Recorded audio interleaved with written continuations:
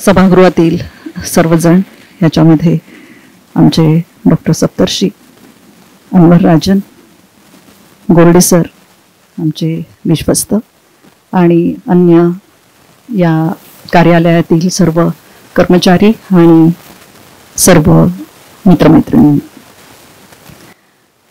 संविधानाच्या प्रार्थनेने सुरू झालेला हा कार्यक्रम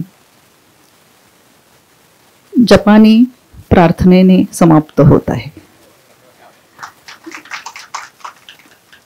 संविधान ही राष्ट्रीय प्रार्थना आहे आणि जपानी प्रार्थना इथे सादर केली आणि महात्मा गांधीजींचा विचार जपानमध्ये आजही कसा आहे आणि नितीनने 47 देशामध्ये जाऊन तो कसा आणखी पुन्हा त्याच्यामध्ये पसरवण्याचा जो प्रयत्न केला आहे आणि तिकडचं काही गांधीजींचे विचार जाणून घेण्याचा प्रयत्न केलेला आहे.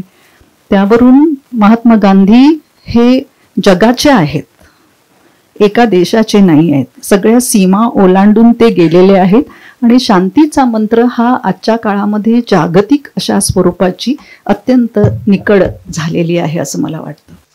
मी फार वेळ घेत नाहीये. ॲडव्होकेट निशा आमची मैत्रीण आहे. आम्ही एका विचाराच्या वसईमध्ये बऱ्याच वर्षापूर्वी आमच्याकडे आलेली होती आणि मला वाटते की 1000 स्त्रिया आम्ही जमवलेल्या होत्या. परित्यक्त स्त्रिया, विधवा, अन्य अशा अनेक प्रकारच्या स्त्रिया आम्ही जमवलेल्या होत्या आणि भाई वैद्यही त्यावेळेला आपल्याबरोबर आलेले होते. आमच्या घरी मीटिंग झालेली होती आणि सगळे कार्यकर्ते जमलेले होते. आज कित्येक वर्षांनी मला पुन्हा निशाचं अनेक ठिकाणी आम्ही वाचत होतो, परंतु आज प्रत्यक्ष मला भेटता आलं आणि तिला ऐकता आलं. तिने जे विचार मांडलेले आहेत त्यामध्ये मला आठवण झाली ती मीरा अँड महात्मा नावाचं सुधीर कक्कर यांचं इंग्रजी पुस्तक आहे. त्याचं सारंग दर्शनेंनी मराठीमध्ये केलेलं आहे अनुवाद. त्यांनी खूप छान आपली निरीक्षणं मांडलेली आहेत. तर ती निरीक्षणं अशी आहेत की पहिलं निरीक्षण असं आहे की वैचारिक वाढ झालेल्या शहाण्या माणसांना गांधी वाटेतच भेटतो. दुसरं निरीक्षण आहे गांधींना पुन्हा पुन्हा आरोपीच्या पिंजऱ्यात उभी करणारी माणसं, त्यांचं महात्मापण उसवून त्याच्या चिंध्या करणारी माणसं, अशी ही माणसं आहेत.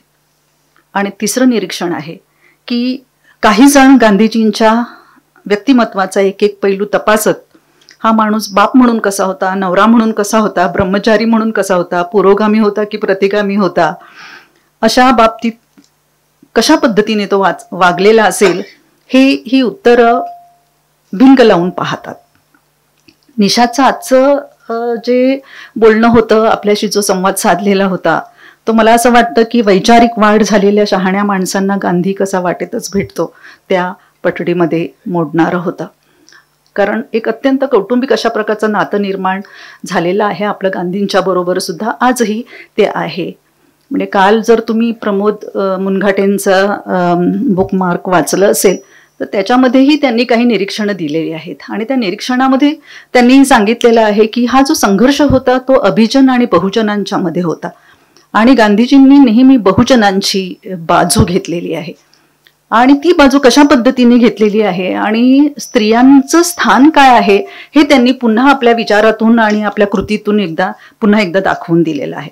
त्यामुळे निशाने इथे जे इतके विचार मांडलेले आहेत त्या सगळ्याचा परामर्श तिने अतिशय चांगल्या पद्धतीने घेतलेला आहे. मी आता पुन्हा म्हणजे त्याची पुनरुक्ती अशी करत नाहीये, परंतु मला असं वाटतं की धर्मापासून तर स्त्री धर्मापर्यंत या सगळ्या गोष्टी याच्यामध्ये आलेल्या आहेत आणि या सगळ्या महिलांना त्यांनी, जगभरच्या महिलांना, म्हणजे मी एक यादी आणलेली आहे की त्या यादीमध्ये आपल्याला असं दिसून येतं की निशाच्या बोलण्यामध्ये ते सगळं आलेलंच आहे, पण तरी सुद्धा मला असं वाटतं की किती वेगवेगळ्या धर्माच्या, आता म्हणजे जपानमधून आपल्याला सांगितलेलं आहे असं, तर किती वेगवेगळ्या धर्माच्या, वेगवेगळ्या जातीच्या, वेगवेगळ्या प्रांतातल्या, वेगवेगळ्या रंगाच्या आणि राजघराण्यातल्या स्त्रिया होत्या, त्याचबरोबर सामान्य अशा प्रकारच्या स्त्रिया होत्या. त्याची एक छोटीशी एक झलक म्हणून मी आपल्या पुढे मांडते आहे की सोंजा श्लेशिंग ही जू होती, रेहाना तय्यबजी आपल्याला आता तिचा नाव उल्लेख झालेला आहे,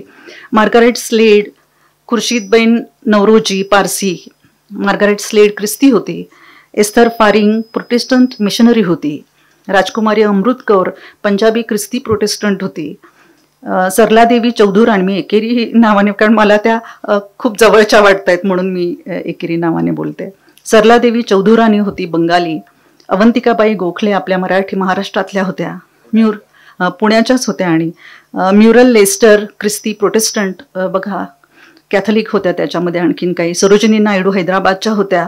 निल्ला कुक या विदेशी तरुणी होत्या, अत्यंत उच्छृंखल अशा प्रकारची तरुणी होती, पण गांधीजींनी तिला कसं खाली बसवलं, तिचं मन कसं शांत केलं हेही त्याच्यामध्ये आपल्याला वाचायला मिळतं. सुचेता कृपलानी आहेत, मेरी बार आहेत, मिशनरी आहेत. पुन्हा सुशीला नायर, मिली पोलॅक ब्रिटिश होत्या आणि तिचा नवरा जू होता. प्रेमा कंटक आपल्या मराठी होत्या. मार्गारेट बर्क व्हाईट या ख्रिस्ती होत्या. आणि त्या महिलेचं नाव अशासाठी घेतलं पाहिजे की आज गांधीजींचा चरख्यावरचा जो फोटो दिसतो तो फोटो त्या बाईंनी घेतलेला आहे आणि ती फोटोग्राफर होती. तिला गांधीजींच्या बरोबर काम करायचं होतं, पण तिने सांगितलं की तुमचं हे जे काम आहे ते काम मी बंदिस्त करून ठेवते, की ते आजपर्यंत आपल्यापर्यंत आलेलं आहे. तो चरख्यावरचा फोटो हा या मार्गरेट बर्क व्हाईटने केलेला आहे. मनू गांधी, गांधीजींची या पुतण्याची मुलगी नात होती, आपल्याला माहिती आहे. अँटोनिया मिरबेल होती. मार्गारेट स्पिगल होती, जू होती. या सगळ्या वेगवेगळ्या अशा प्रकारच्या स्त्रिया होत्या. आणि आपल्याला माहिती आहे की आपल्या भारताचा हा स्वातंत्र्याचा लढा जो आहे हा अत्यंत गौरवशाली आहे. आणि तो गौरवशाली अशासाठी आहे, महात्मा गांधींच्यामुळे हा गौरवशाली झाला. आणि तो गौरवशाली अशासाठी आहे की सशस्त्र अशा प्रकारचे ब्रिटिश होते, ते शस्त्र घेतलेले होते आणि त्यांना गांधीजींनी फक्त आत्मबलावर आणि निशस्त्र, एकही शस्त्र न घेता अहिंसा, सत्य, करुणा या बळावर आणि आत्मबळावर आणि सगळ्या लोकांना आपल्याबरोबर घेऊन लोकशाही मार्गाने त्यांनी हा लढा लढलेला आहे. आणि म्हणून हा अत्यंत गौरवशाली अशा प्रकारचा लढा आहे. मला काही बाबतीमध्ये बोलायचं होतं, पण मी फक्त मुद्दे आपल्या पुढे मांडते की ते सगळं निशाच्या बोलण्यामध्ये आलेलंच आहे की महात्मा गांधीजींचं मत काय होतं स्त्रियांच्या संदर्भामध्ये. की त्यांनी असं म्हटलेलं आहे की स्त्रिया म्हणजे मूर्तिमंत अहिंसा आहेत. त्यांचं क्षेत्र फक्त चूल आणि मूल नाही, त्याच्या पलीकडे ज्या अर्थी त्या मुलाला जन्म देतात त्या अर्थी त्या दुसऱ्याची हिंसा करू शकणारच नाहीत. कारण मूल जिवंत आपल्याला बघायला मिळावं अशी प्रत्येक बाईची आईची जी इच्छा असते ती मूलतः स्त्रीमध्ये आहे, मूलतः प्रत्येक माणसामध्ये आहे, पण स्त्रीमध्ये ती विशेष आहे. आणि म्हणून त्यांच्या क्षमतेचा आपण उपयोग केला पाहिजे हे महात्मा गांधींनी दाखवून दिलं.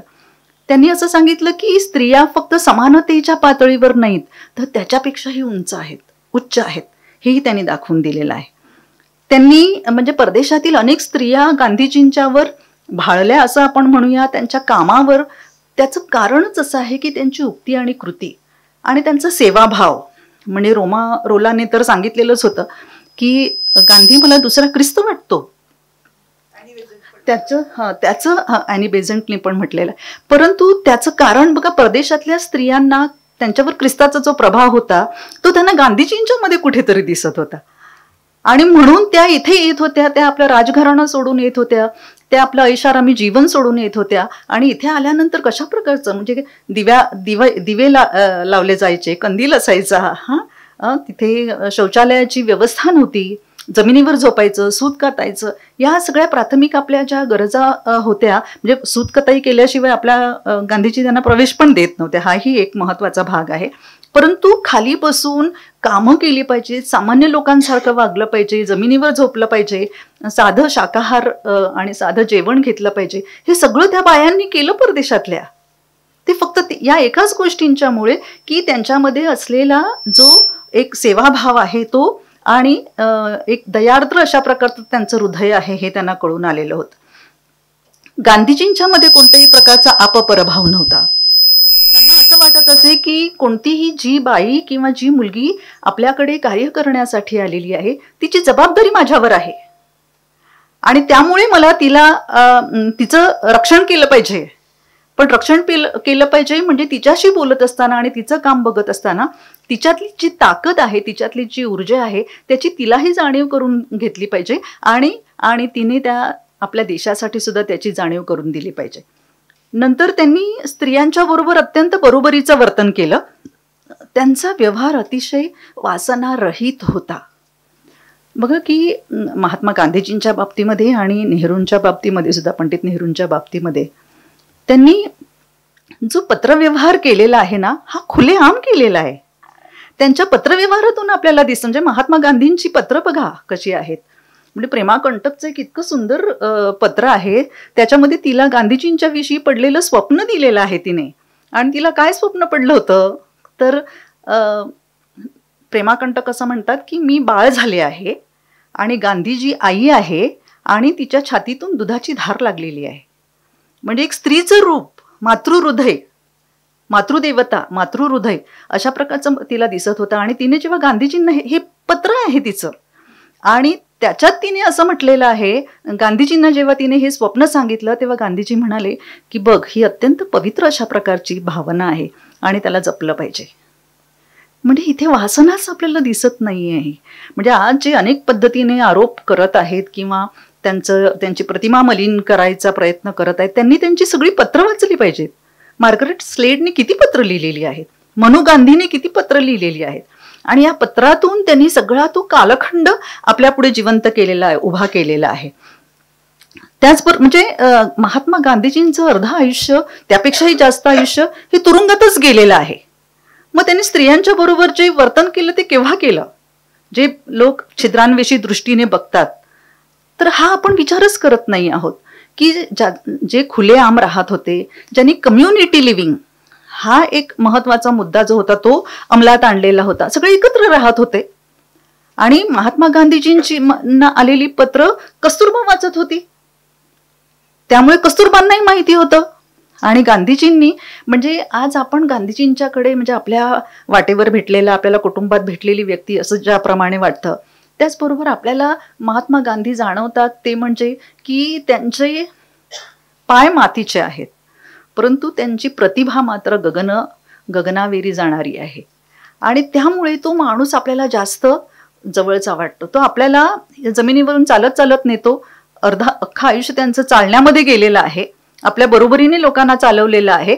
आणि पुन्हा फक्त मातीवर इथे खाली बघत चालायचं नाही, तर उच्च विचारसरणी असली पाहिजे, हेही त्यांनी दाखवलेलं आहे.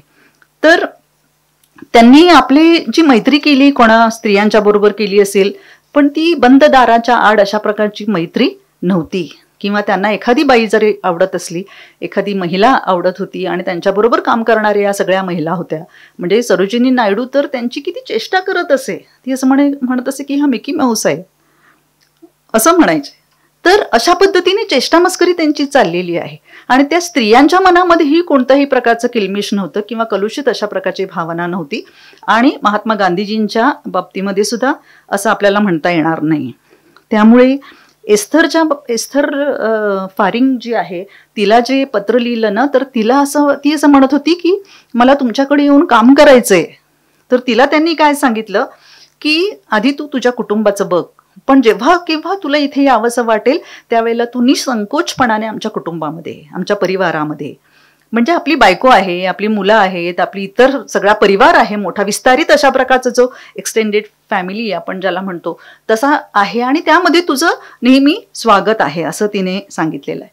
महात्मा गांधीजींनी आणखी एक अतिशय महत्वाचा मुद्दा सांगितलेला आहे की ते असं नेहमी म्हणत की माझ्यामध्ये एक स्त्री दडलेली आहे.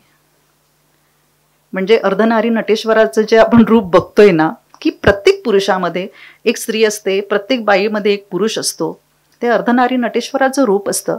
पण त्याच्यातली कोणती भावना प्रभावी होते आणि आपण त्या नजरेने जेव्हा बघायला लागतो तेही अतिशय महत्वाचं आहे असं मला वाटतं. आणि कस्तुरबा अतिशय महत्वाची स्त्री आहे गांधीजींच्या जीवनामधली, कारण महात्मा गांधींनी सत्याग्रहाची प्रेरणा ही कस्तुरबाकडून घेतलेली आहे. की ते असं म्हणत की कस्तुरबा जर नकार देत असेल तर ती इतक्या निग्रहाने द्यायची की त्यामुळे मला असं वाटतं की कोणालाही न दुखवता निग्रहाने आपण काम करू शकतो. हा सत्याचा आग्रह होता. आणि म्हणूनच महात्मा गांधींनी ही जी मूल्य दिलेली आहेत ती मूल्य आज आपल्याला जगभर अशा पद्धतीने पसरलेली दिसत आहेत की जपानमधला एक तरुण इकडे येऊन त्याच्यामध्ये प्रार्थना करतो आणि गांधीजींच्या विषयी सांगतो, आणि आपल्याकडचं एक तरुण तिकडे परदेशामध्ये जातो आणि महात्मा गांधीजींच्या मूल्यांची वचनांची बीज कुठे कुठे रुजलेली आहेत ते शोधून काढतो. त्यामुळे हा जो गगनावेरी गेलेला वेलू आहे तो आज त्याला आपण साक्षी आहोत. म्हणजे लोक काहीही बोलत असू देत, परंतु आपल्याला माहिती आहे आणि या काळामध्ये, येत्या सगळ्या काळामध्ये आपल्याला असं दिसून येईल की गांधी विचारच जगाला तारणार आहे, कारण त्याच्यामध्ये जो शांतीचा विचार आहे. आणि आज जे सांप्रदायिकता किंवा अन्य अशा आजच्या काळाशी जोडून ज्याप्रमाणे महात्मा गांधीजींच्या जीवनातील महिलांचा संदर्भ लावला निशाने, त्याप्रमाणे मला असं वाटतं की आज आपल्या ही काळाची गांधी विचार हा काळाची गरज आहे. शांती ही मानसिक स्वरूपाची शांती आहे, कौटुंबिक स्वरूपाची शांती आहे, सामाजिक स्वरूपाची शांती आहे आणि जागतिक स्वरूपाची सुद्धा शांती आहे. त्याची प्रेरणा आपल्याला महात्मा गांधीजींच्या जीवनामध्ये मिळालेली आहे आणि त्यांच्या जीवनामध्ये महिलांचं काय स्थान आहे आणि स्त्री आणि पुरुष समानता कशी आहे या संदर्भात आपल्याला चांगले विचार ऐकायला मिळाले. त्याबद्दल निशाताई तुमचे मी अभिनंदन. आम्ही विश्वस्त म्हणून मी महात्मा गांधी स्मारकातर्फे आपले अभिनंदन करते. आणि सर्वांनी अतिशय शांतपणाने, कोणाला झोप आली नाही आणि त्यांनी डफली वाजवून आपली झोप उडवली असंही झालं नाही. आपण त्याची प्रार्थनाही ऐकत होतो. त्यामुळे तर अशी जाग येणं सुद्धा महत्वाची असते, कारण आपल्या मनामध्ये पण ते विचार सुप्त स्वरूपामध्ये असतात. तर सर्वांचं मी मनापासून अभिनंदन करते आणि आभार मानते आणि थांबते. धन्यवाद.